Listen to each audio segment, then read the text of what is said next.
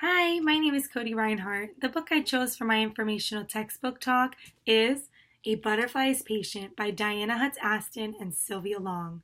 To begin, I just want to touch on the author and illustrator of this story a little bit. This author and illustrator duo have collaborated on a total of 6 titles in a whole science series.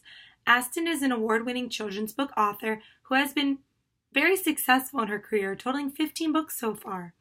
After reading this book, I can definitely see why she has won awards for her books, because this one is amazing.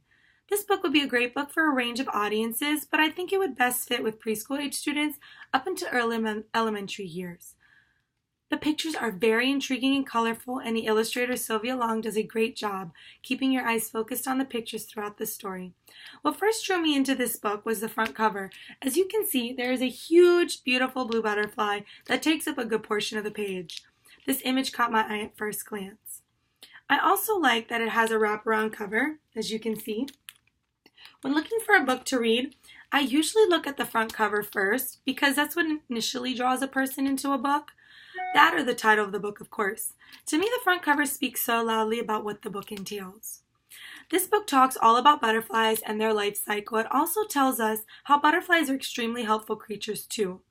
They don't just fly around and reproduce and look pretty, but they also have some pretty outstanding jobs that they partake in as well. I learned a lot from this story about butterflies that I didn't know before. This book touches on a lot of extra special information about these creatures. This story is great for teachers who are teaching about insects and life cycles and how they measure up in this world. It is a great book for children also who are interested in science and want to learn more about butterflies and insects. What I really enjoyed about this story is the attention to detail and how the text fits so well with the pictures. It's as if the butterflies are flying around right in front of you. Let's take a look at one of my favorite pages. On this page, the author puts a title, expands on it in the text, and the illustrator does a beautiful job with the pictures explaining the text.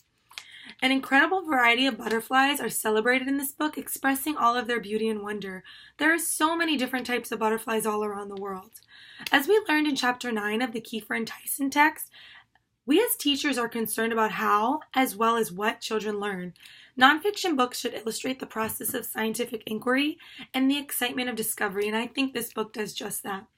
Also, in the Yop and Yop article we read, they discussed a study that showed how science books tend to be used for read-alouds more frequently in classrooms than other subjects. And I can definitely see how this could be the case. Science books can be so much fun to dive into. So go ahead and check out this book. Get involved in the wonder and beauty of butterflies. I hope you enjoyed it as much as I did. Bye.